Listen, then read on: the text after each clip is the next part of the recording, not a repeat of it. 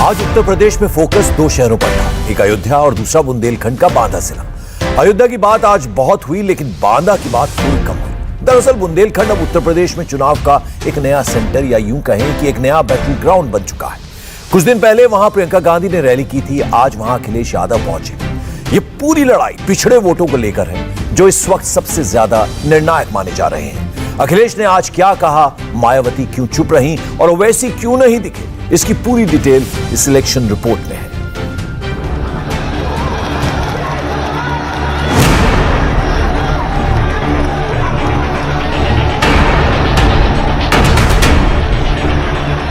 यही जोश, इसी रक्षा से अगर आपने मतदान कर दिया।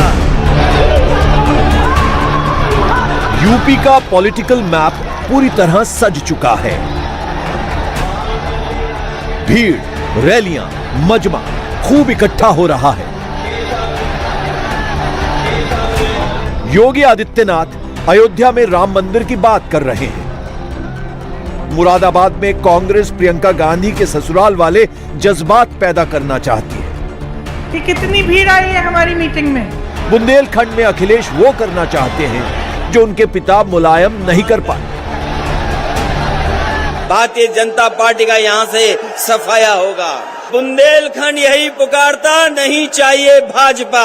मुझे लगता है जिसको स्वयं पे संदेह होगा वही अयोध्या में राम मंदिर निर्माण में भी संदेह करेगा। शेष संदेह की कोई गुंजाइश अब नहीं बची है। अयोध्या में योगी आदित्यनाथ पहुंचे, मुरादाबाद में प्रियंका गांधी की सभा है, सहारनपुर में अमित शाह आ रहे हैं, असदुद्दीन ओवैसी की कई रैलियों की डेट पक्की हो रही है। अखिलेश यादव का विजय रथ पूर्वांचल के बाद बुंदेलखंड पहुंच चुका है। यहां की 19 सीटों पर 3 दिन तक चलने वाले धुआंधार प्रचार में अखिलेश यादव बांदा से लेकर ललितपुर और झांसी हर इलाके में पहुंचना चाहते हैं। हम सब परिवार वाले लोग हैं, इसलिए जानते हैं अगर किसी मजदूर की जान चली गई तो मजदूर के परिवार का हाल क्या होगा।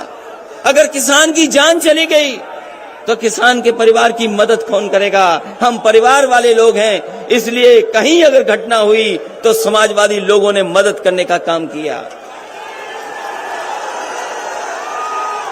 परिवार वाले ही परिवार वालों का दुख दर्द समझ सकते हैं। परिवार वाले ही परिवार वालों का दुख समझ सकते हैं। जिनके पास परिवार नहीं है वो आपकी परवाह नहीं करेंगे। ये भीड़ देखकर अखिलेश यादव बहुत राहत महसूस कर रहे होंगे। बुंदेलखंड में न सिर्फ पानी के लिहाज से सूखा रहता है, बल्कि समाजवादी पार्टी भी यहां सीट को तरसती रही है। जबकि बुंदेलखंड के सभी जिलों में करीब 50% ओबीसी वोट हैं। महोबा, बांदा और चित्रकूट में तो 50% से ज्यादा ओबीसी हैं। दलित और पिछड़े बाहुल्य बुंदेलखंड में समाजवादी पार्टी का जनाधार बहुत अच्छा नहीं रहा है। 1993 में समाजवादी पार्टी ने यहां 1 सीट जीती। 2012 में 5 सीटों पर समाजवादी पार्टी के उम्मीदवार ने जीत हासिल की, लेकिन 2017 में इलाके से समाजवादी पार्टी का सफाया हो गया। 2017 के चुनाव में बीजेपी ने बुंदेलखंड रीजन में आने वाली सभी 19 सीटें जीती थी। अखिलेश यादव इसी सूखे को खत्म करने की उम्मीद लेकर बुंदेलखंड में 3 दिन का दौरा कर रहे हैं। बुंदेलखंड की जनता ने मन बनाया है कि भारतीय जनता पार्टी का सफाया होगा। जिस तरीके से किसान यहाँ का दुखी है, उसकी आय दोगुनी नहीं हुई, खाद में चोरी हो रही है, खाद मिल नहीं रही है, डीएपी है नहीं, और आत्महत्या किसान अगर सबसे ज्यादा कहीं कर रहा है तो आपके बुंदेलखंड में कर रहा है। नौजवानों पे नौकरी रोजगार नहीं है। ये बड़े सवाल हैं जिनका जवाब भारतीय जनता पार्टी पास नहीं है, और लगातार महंगाई बढ़ रही है। भारतीय जनता पार्टी के जो नीतियां हैं वो गरीब की जेब से पैसा निकाल करके अमीरों की तिजोरी में भरना है। ये भारतीय जनता पार्टी लगातार गरीबों को लूट रही है, अमीरों को फायदा पहुंचा रही है। अखिलेश यादव महोबा और बांदा के साथ ललितपुर और झांसी में ऐसी ही सभाएं करेंगे। बीते 3 चुनावों में समाजवादी पार्टी ललितपुर और महोबा में एक भी सीट नहीं जीत पाई है। अखिलेश यादव बुंदेलखंड में वो जादू दिखाना चाहते हैं जो उनके पिता मुलायम सिंह यादव भी नहीं दिखा पाए। 2017 के विधानसभा चुनाव में समाजवादी पार्टी और कांग्रेस का गठबंधन था। फॉर्मूले के तहत बुंदेलखंड की 9 सीट पर कांग्रेस ने अपने उम्मीदवार उतारे थे। बुंदेलखंड की बाकी 10 सीटों पर समाजवादी पार्टी ने अपने कैंडिडेट उतारे थे, लेकिन अखिलेश यादव का यह प्रयोग ऐसा गलत फैसला साबित हुआ कि समाजवादी पार्टी के कैंडिडेट एक भी सीट नहीं जीत पाए। जिस तरीके से बुंदेलखंड की जनता ने मन बनाया है, बुंदेलखंड की जनता यही कह रही है कि आने वाले समय में भारतीय जनता पार्टी का यहां से सफाया होगा। बुंदेलखंड यही पुकारता,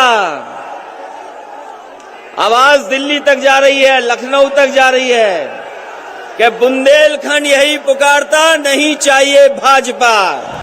अखिलेश यादव से पहले प्रधानमंत्री नरेंद्र मोदी और कांग्रेस महासचिव प्रियंका गांधी भी बुंदेलखंड में कार्यक्रम कर चुके हैं। यूपी का ये इलाका सूखा झेलता रहा है, जमीन खेती के लायक नहीं है, पानी यहां बड़ा मुद्दा रहा है, लेकिन फिर भी चुनाव के लिए यहां जातीय समीकरण फिट किए जाते हैं। ये जो लोग कहते हैं कि दमदार सरकार है, जो लोग कहते हैं कि दमदार सरकार है, दमदार लोगों को अभी देखा था हम लोगों ने सड़क पर, कैसे वो पीछे पीछे चलते चले आ रहे थे। ये झूठ दमदार बोलते हैं, झूठ दमदार। ये दमदार सरकार वाले नहीं हैं, ये दमदार झूठ बोलने वाले हैं। दमदार सरकार के तो 4.5 साल पूरे हो गए। 4.5 साल में हमारे बुंदेलखंड के नौजवानों को नौकरी रोजगार से पीछे छोड़ दिया। कोई नौकरी रोजगार का सपना नहीं देख सकता। अगर किसी ने सपने को मारा है तो यही झूठ बोलने वालों ने सपनों को खत्म कर दिया। बुंदेलखंड में 7 जिले हैं और 2 मंडल हैं। हमीरपुर, महोबा, बांदा, चित्रकूट मिलाकर 1 मंडल है, जबकि झांसी, ललितपुर, जालौन मिलाकर दूसरा मंडल है। इन 7 जिलों में 19 विधानसभा सीटें हैं, जिन पर 2017 में बीजेपी के विधायक ही जीते थे। इसलिए यहां अखिलेश यादव के लिए चैलेंज आसान नहीं है। उनको शून्य से शुरू करना है, और इस बार तो उनका कांग्रेस से भी गठबंधन नहीं है। बुंदेलखंड का इलाका कभी कांग्रेस और बहुजन समाज पार्टी का बड़ा गढ़ कहा जाता था, लेकिन 2017 के नतीजों में उत्तर प्रदेश के सभी किलों को भारतीय जनता पार्टी ने तोड़ दिया था, और बुंदेलखंड का किला भी उनमें से एक था। बुंदेलखंड में एक्सप्रेसवे को लेकर एक प्रोजेक्ट अभी चल रहा है। यहाँ के विकास के लिए बोर्ड भी बनाया गया है। इस तरह की घोषणाएं बुंदेलखंड के लिए लगभग सभी सरकारों ने की, लेकिन बुंदेलखंड की तस्वीर अभी ज्यादा नहीं बदल पाई है। अब बांदा से चलते हैं अयोध्या, जिसे बीजेपी उत्तर प्रदेश में अपनी पॉलिटिक्स का मेन ग्राउंड बनाने जा रही है। अयोध्या में एक कार्यक्रम में आए मुख्यमंत्री योगी आदित्यनाथ ने राम मंदिर का जिक्र किया। प्रधानमंत्री मोदी जी ने 5 अगस्त 2020 को अयोध्या में भगवान राम के भव्य मंदिर के निर्माण का शुभारंभ भी कर दिया है। अब तो किसी को संदेह है ही नहीं, अब तो किसी को संदेह है ही नहीं अयोध्या कि अयोध्या में राम मंदिर बनेगा कि नहीं बनेगा। मुझे लगता है जिसको स्वयं पे संदेह होगा वही अयोध्या में राम मंदिर निर्माण में भी संदेह करेगा। शेष संदेह की कोई गुंजाइश अब नहीं बची है। अयोध्या इस वक्त उत्तर प्रदेश में ही नहीं बल्कि पूरे भारत में बीजेपी की इलेक्शन मेन पिच बन चुकी है। सितंबर से अब तक योगी आदित्यनाथ 5 बार अयोध्या जा चुके हैं। सितंबर और अक्टूबर में एक बार वो अयोध्या गए हैं, जबकि नवंबर में उन्होंने 3 बार अयोध्या का दौरा किया है। अयोध्या ने 500 वर्षों तक लंबे संघर्ष झेले हैं, देखे हैं, नजदीक से महसूस किया है। 500 वर्षों तक ही नहीं, बहुत उससे पहले भी मोहम्मद गौरी से लेकर के और लगातार ये चलता रहा। अयोध्या में से राम जन्मभूमि के भव्य मंदिर को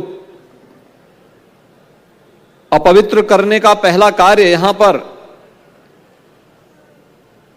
मोहम्मद गौरी के आने के पहले भी हो गया था। सालार मसूद गाजी ने किया था।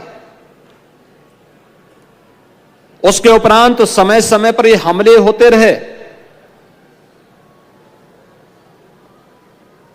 हमारी भावनाएं और हमारे भावों को कुंद करने का प्रयास होता रहा।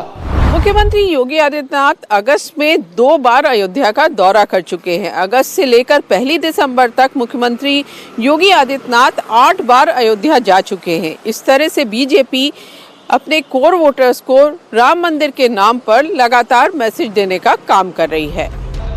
अयोध्या को बीजेपी ने उत्तर प्रदेश में चुनाव में बड़ा एजेंडा बनाया है और उसकी स्टेट से लेकर सेंट्रल लीडरशिप राम मंदिर का जिक्र हर प्रोग्राम में कर रही है। योगी आदित्यनाथ भी इसी सेंटीमेंट को लेकर पब्लिक से बात कर रहे हैं। अयोध्या भी कभी चुपचाप नहीं बैठी, कभी चुपचाप अयोध्या नहीं बैठी। चुपचाप हम लोग अन्याय और अत्याचार को बर्दाश्त नहीं करते रहे, क्योंकि राम ने तो कभी ना अन्याय किया और ना अन्याय सहा। यानी हम अधर्म भी नहीं करेंगे और अधर्म भी नहीं सहेंगे, और यही तो अयोध्या है। जब योगी आदित्यनाथ अयोध्या में थे तब उनके डिप्टी सीएम केशव प्रसाद मौर्य ने एक ऐसा ट्वीट किया जिसमें यूपी चुनाव से पहले बीजेपी के एक और एजेंडे की तस्वीर नजर आती है। केशव प्रसाद मौर्य ने ट्वीट करके लिखा है कि अयोध्या काशी में भव्य मंदिर निर्माण जारी है, मथुरा की तैयारी है। ये हार स्वीकार कर लिए हैं, जो लोग हार स्वीकार कर चुके हैं वही ऐसा बयान दे सकते हैं। जिस समय उन्हें काम, अपने योजनाएं और जो उन्होंने जनता के लिए काम किए बताना चाहिए था, वो बताया नहीं। ये चुनाव में क्योंकि जनता इन्हें हराने का मन बना चुकी है, अब रथ यात्रा निकालें या कोई नया मंत्र चलाएं, वो चलने वाला नहीं है। केशव प्रसाद मौर्य के इस ट्वीट को लेकर कई राजनीतिक मायने निकाले जा रहे हैं, क्योंकि बीजेपी के डिप्टी सीएम ने मथुरा में मंदिर की बात यूपी चुनाव से पहले की है। आप बताइए, प्रभु श्री राम के मंदिर के नाम पर आज तक ये नींव नहीं भर पाए मंदिर की। क्यों नहीं भर पाए? उसकी वजह यह है कि 5 मिनट में 2 करोड़ की जमीन 18.5 करोड़ में खरीदते हैं, चंदा चोरी करते हैं लोग। और काशी में क्या किया इन्होंने? जाके वहां संतों से, महात्माओं से, वहां के स्थानीय लोगों से पूछिए, सैकड़ों मंदिर तोड़ने का काम किया इन्होंने, पाप किया इन्होंने मंदिरों को तोड़ने का। इनको प्रभु माफ नहीं करेगा कभी। काशी में मंदिर तोड़ते हैं, अयोध्या में चंदा चोरी करते हैं। अब वो भी वहाँ जो मंदिर हमारा बाबरी मस्जिद तोड़कर मंदिर बना दिया गया, वो भी कानून और इंसाफ के खिलाफ हुआ है। हिंदुस्तान के अंदर ये ज़बरदस्ती, मतलब ये कि मुसलमानों को दबाया जा रहा है और कुचला जा रहा है उनके साथ। अब देखिए उत्तर प्रदेश में कांग्रेस की नई बाजी। प्रियंका गांधी 2 दिसंबर को मुरादाबाद में एक रैली करेंगी। मुरादाबाद को प्रियंका गांधी का ससुराल कहा जाता है क्योंकि उनके पति रॉबर्ट वाड्रा यहीं के रहने वाले हैं। मुरादाबाद वो जगह है जहां 2009 में क्रिकेटर मोहम्मद अजहरुद्दीन भी कांग्रेस की टिकट पर लोकसभा चुनाव जीते थे। कुल मिलाकर प्रियंका गांधी के मुरादाबाद दौरे को बहुत ही जज्बातों के साथ कांग्रेस पेश कर रही है। मुरादाबाद की बहू बताकर प्रियंका गांधी को प्रोजेक्ट किया जा रहा है। मुरादाबाद का इलाका कांग्रेस पार्टी के लिहाज से उनके एजेंडे में काफी ऊपर रहा है। मुरादाबाद के लोकल कार्यकर्ता हमेशा से ये डिमांड करते रहे हैं कि प्रियंका गांधी वाड्रा वहां आकर के चुनाव लड़ें। लेकिन अगर बात किया जाए तो प्रियंका गांधी वाड्रा का राजनीतिक सफर के लिहाज से ये मुरादाबाद का पहला दौरा होगा। मुरादाबाद के पहले प्रियंका गांधी बुंदेलखंड के महोबा में रैली कर चुकी हैं। रैली में उमड़ी भीड़ ने कांग्रेस के कार्यकर्ताओं में उत्साह बढ़ाया है। लखीमपुर हिंसा के बाद प्रियंका गांधी जिस तरह से सक्रिय हुई हैं, उससे कांग्रेस कार्यकर्ताओं को लगता है कि जमीन पर कांग्रेस की तस्वीर बदली है। इससे पहले प्रियंका गांधी हाथरस भी गई थी। वो आगरा में उस दलित शख्स के घर भी गई जिसकी हत्या का आरोप पुलिस पर लगा था। वो कुछ दिनों पहले प्रयागराज में उस दलित परिवार के घर भी गई जिसके 4 सदस्यों की दबंगों ने हत्या कर दी थी। लेकिन मुरादाबाद के समीकरण अलग हैं। मुरादाबाद में करीब 40% मुस्लिम वोट है, 60% हिंदू वोट है। इनमें 10% अनुसूचित जाति के वोट भी हैं। मुरादाबाद से बदायूं और बरेली समेत आसपास के कई जिलों की सीटों पर असर पड़ता है। इंडिया टीवी हर वक्त हर जगह डाउनलोड करने के लिए सर्च करें India TV news Google play store या ऐप स्टोर पर।